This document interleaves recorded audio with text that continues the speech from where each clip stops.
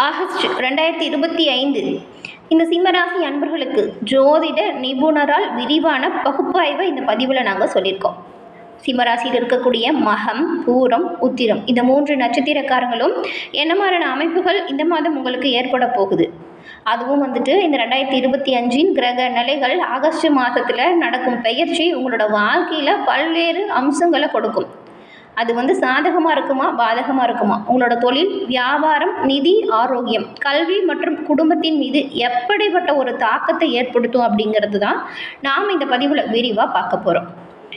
இந்த மாதம் ஏற்படும் கிரக பயிற்சி, அந்த கிரகங்கள் எங்கேருந்து எங்கே மாறுபடும், அதனால் என்ன மாதிரியான விளைவுகள் வரும் அப்படிங்கிறதுமே தெளிவாக இந்த பதிவில் நம்ம பார்க்கலாம். சிம்மராசி அன்பர்கள் உங்களோட வாழ்க்கையில் எல்லா விதத்துலேயுமே முன்னேற்றம் பெறணும் அப்படின்னு நினச்சிங்கன்னா தினமும் காலையில் சூரிய நமஸ்காரம் செய்கிறது ரொம்பவுமே நல்லது.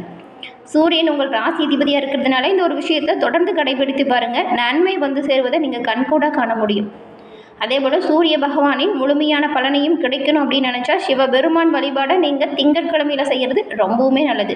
உங்களுக்கு சிவபெருமான் பிடிக்கும் அப்படின்னா ஓம் நமச்சிவாயா போற்றி அப்படின்னும், உங்களுக்கு சூரிய பகவான் பிடிக்கும் அப்படின்னா ஓம் கம் சூரிய பகவானே போற்றி அப்படிங்கணும். இந்த மந்திரத்தை 3 முறை மனதார உங்களோட மனசில் ஒரு பிரார்த்தனையை நினச்சிட்டு பதிவிடுங்க. அந்த விஷயம் கூடிய விரைவில் நடக்க நாங்களும் உங்களுக்கு வாழ்த்துக்களை சொல்லிக்கிட்டு சிவபெருமானிடம் உங்களுக்காக பிரார்த்தனையும் செஞ்சுக்கிறோம்.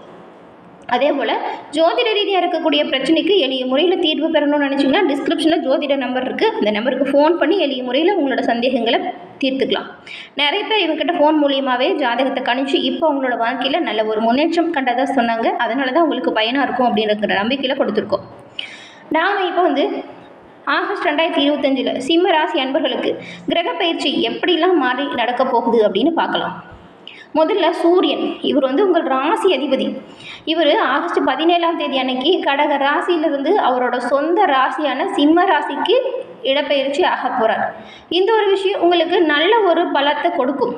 அதன் பிறகு புதன் உங்கள் தன மற்றும் லாபதிபதியாக இருக்கக்கூடியவர். இவர் ஆகஸ்ட் 30ஆம் தேதி அன்னைக்கு கடக ராசியிலிருந்து உங்கள் ராசிக்கு மாறி வர போகிறாரு. அதன் பிறகு சுக்கிரன் இருக்கார்.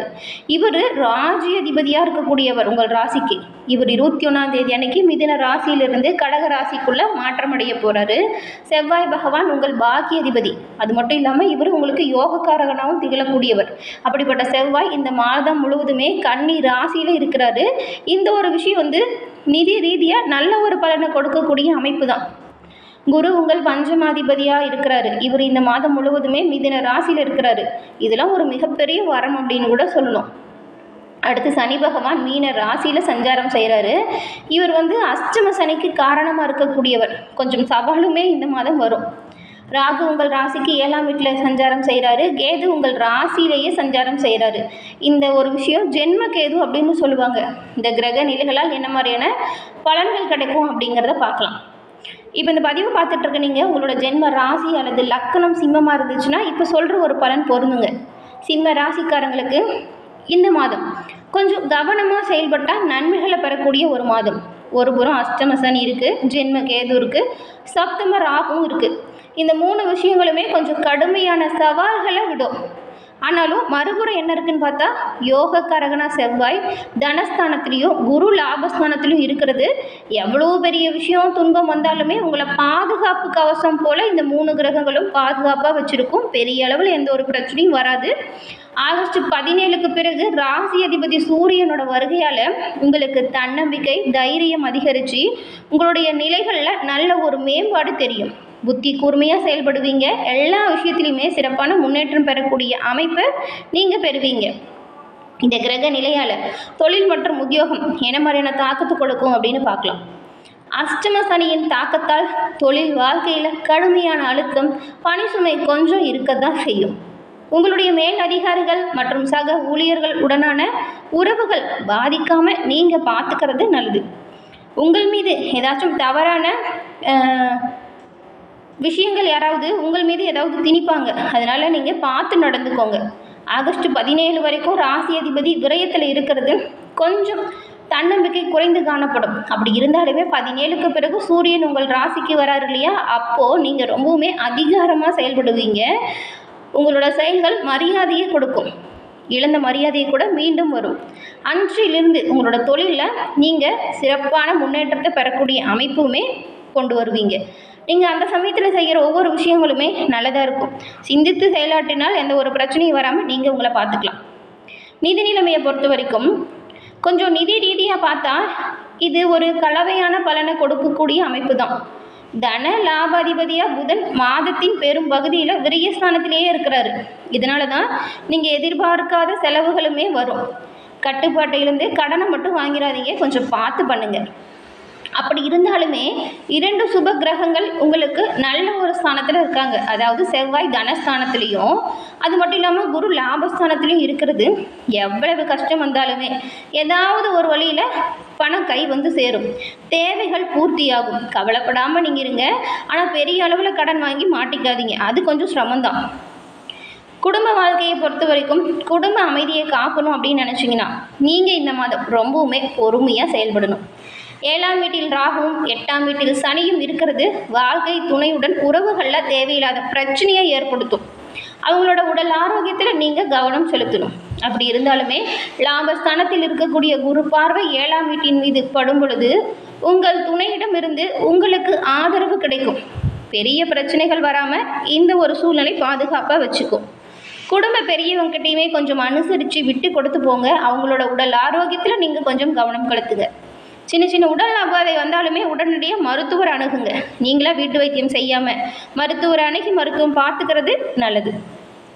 உங்களுக்கு ஆரோக்கியத்தை பொறுத்த வரைக்கும் இந்த மாதம் சின்ன சின்ன கவலை ஏதாவது வந்து போகும். ஏன்னா அஷ்டம சனி ஜென்ம கேதுவின் தாக்கம் உடல் ஆற்றலை குறைத்து மன சோர்வு கவலையே கொடுக்கும். அதனால தான் தேவையில்லாத முடிஞ்சு போன விஷயத்தை கூட திரும்ப திரும்ப உங்களோட மனசில் போட்டு குழப்பிக்குவீங்க. அந்த ஒரு விஷயத்தை மட்டும் பண்ணாதீங்க. தொழில் ரீதியாக நல்ல முன்னேற்றம் வரக்கூடிய அமைப்பு இருக்கும்போது அதை செய்யுங்க, நல்ல முன்னேற்றம் வரும். தேவையில்லாத விஷயத்தை மனசில் போட்டு குழப்பிட்டு இருக்காதீங்க. அதே போல் ஜீரண மண்டலம், இதயம் மற்றும் எலும்பு தொடர்பான பிரச்சனைகள் வரக்கூடிய வாய்ப்பு இருக்கிறதுனால நீங்கள் எச்சரிக்கையாக இருக்கணும். ஆகஸ்ட் 17க்கு பிறகு சூரியன் கேதுவோடு சேரும் பொழுது உஷ்ணம் தொடர்பான நோய்கள், காய்ச்சல் வருவதற்கான வாய்ப்பு இருக்குது. முடிஞ்ச அளவுக்கு சுத்தமான நீர், உணவு எடுத்துக்கோங்க. இது இந்த பிரச்சனையிலிருந்து தவிர்ப்பதற்கு உதவியாக இருக்கும். அதே போல் வியாபாரத்தை பொறுத்த வரைக்கும் வியாபாரிகள் மிகவும் கவனமாக இருக்கணும். 7ஆம் வீட்டில் ராகு கூட்டாளிகளுடன் தேவையில்லாத கருத்து வேற்றுமையை உண்டாக்கக்கூடிய ஒரு வாய்ப்பு. சரியாக புரிஞ்சுக்கோங்க, என்ன ஏது அப்படிங்கிறது நீங்களும் தெளிவாக சொல்லுங்கள். 8ஆம் வீட்டில் சனி திடீர் நஷ்டத்தையும் கொடுத்துருவார். அதனால் நீங்கள் என்ன பண்ணலாம் அப்படின்னு பார்த்தா, இந்த நஷ்டத்தை தவிர்க்கணும் அப்படின்னா அவசர முடிவுகள் இப்போது நீங்கள் எடுக்கவே கூடாது. அதுவும் புதிய முதலீடாக இருந்தால் அதை இந்த மாதம் ஒத்தி வைக்கிறது நல்லது. பெரிய அளவில் கடன் வாங்கி எந்த ஒரு பிரச்சனையிலும் சிக்கிக்காதீங்க. நிதி பரிவர்த்தனையில் வெளிப்படையாக இருங்க. குருவின் சாதகமான நிலையில் வியாபாரத்தில் பெரிய நஷ்டம் எதுவும் வராது. ஆனாலும் கவனமாக நீங்கள் செயல்படணும். பண விஷயத்தில் கண்டிப்பாக நீங்கள் கவனமாக தான் இருக்கணும். மாணவர்களை பொறுத்த வரைக்கும் மாணவர்களுக்கு இந்த குரு பகவான் நிலை கொஞ்சம் குழப்பமான நேரத்தை கொடுக்கும். ஜென்ம கேதுவால் கவனம் சிதறலாம். படிப்பில் மனதை நிலை நிறுத்துவது கொஞ்சம் கஷ்டமாக இருக்கும். அப்படி இருந்தாலுமே பஞ்சமாதிபதி குரு லாபஸ்தானத்தில் இருக்கிறது ஒரு மிகப்பெரிய வரம் அப்படின்னு கூட சொல்லலாம். கடினமாக உழைச்சிங்கன்னா, விடாமுயற்சியோடு முயன்றால் நீங்கள் எதிர்பார்த்த நல்ல பலன்களை அடைய முடியும். நீங்கள் நினச்ச மதிப்பெண்ணையுமே பெற முடியும். முடிஞ்ச அளவுக்கு மாணவர்கள், சிம்மராசி அன்பர்கள் எல்லோருமே கோபம் மற்றும் உங்களுடைய பிடிவாதத்தை குறைச்சிக்கிறது ரொம்பவுமே நல்லது. அப்படி கோபப்பட்டு பிடிவாதம் பண்ணிங்கன்னா நிறைய பின்னடைவை நீங்கள் சந்திக்க வேண்டியதாக இருக்கும். விட்டு கொடுத்தும் அனுசரிச்சும் போனால் நன்மைகளை பெறலாம். இதை கவனமாக மனசில் வச்சுக்கோங்க. அதே போல் இந்த மாதம் கிரகங்களின் எதிர்மறை தாக்கம் ஒரு சில விஷயத்தில் நடக்கும்னு சொல்லியிருக்கோம். அது நிறைய பின்னடைவை கொடுக்கும் அப்படின்னு சொல்லிக்கிறோம். அந்த எதிர்மறை தாக்கத்தை குறைக்க இந்த பரிகாரத்தை செய்யுங்க, நல்லது நடக்கும். அது என்ன அப்படின்னு பார்த்தா, சனி அஷ்டம சனியாக இருக்கார் இல்லையா, ஒவ்வொரு சனிக்கிழமையிலுமே நீங்கள் அனுமன் சாலிசா பாராயணம் செய்கிறதும், ஏழைகளுக்கு கருப்பு எள் அல்லது எண்ணெய் தானம் செய்வதும் நல்லது. கேது பகவான் உங்களுக்கு நன்மை வழங்கிடணும் அப்படின்னு நினச்சிங்கன்னா தினமுமே கணபதியை வணங்கி வாருங்கள். ஓம் கம் கணபதாய நமக அப்படிங்கிற மந்திரத்தை தொடர்ந்து ஜபித்து வாருங்கள், நல்லது நடக்கும். ராகுவின் நல்ல பலன் கிடைக்க தினமுமே நீங்கள் துர்காதேவியை வழிபட்டு வருவதும், துர்காதேவி சோஸ்திரத்தை பாராயணம் செய்கிறதும் அல்லது காதில் கேட்குறதுமே ரொம்பவும் நல்லது. சூரிய பகவானின் பலம் முழுமையாக உங்களுக்கு கிடைக்கணும் அப்படின்னா தினமுமே காலையில் சூரிய நமஸ்காரம் செய்கிறது, காயத்ரி மந்திரத்தை சொல்கிறது, இல்லைன்னா காயத்ரி மந்திரத்தை கேட்குறது, இந்த 3 விஷயத்தையுமே தொடர்ந்து செய்து வந்தீங்கன்னா எல்லா வகையிலுமே நீங்கள் நன்மைகளை பெற முடியும். நலமான வாழ்வை உண்டாக்கி கொள்ள முடியும். என்ன சிம்மராசி அன்பர்களே, இந்த பதிவு நீங்கள் பயன்பெறும் வகையில் இருக்கும்னு நினைக்கிறோம். பதிவு பிடிச்சிருந்தா லைக் பண்ணுங்கள், ஷேர் பண்ணுங்கள், மறக்காமல் கமெண்ட் பண்ணுங்கள். நன்றி நேயர்களே.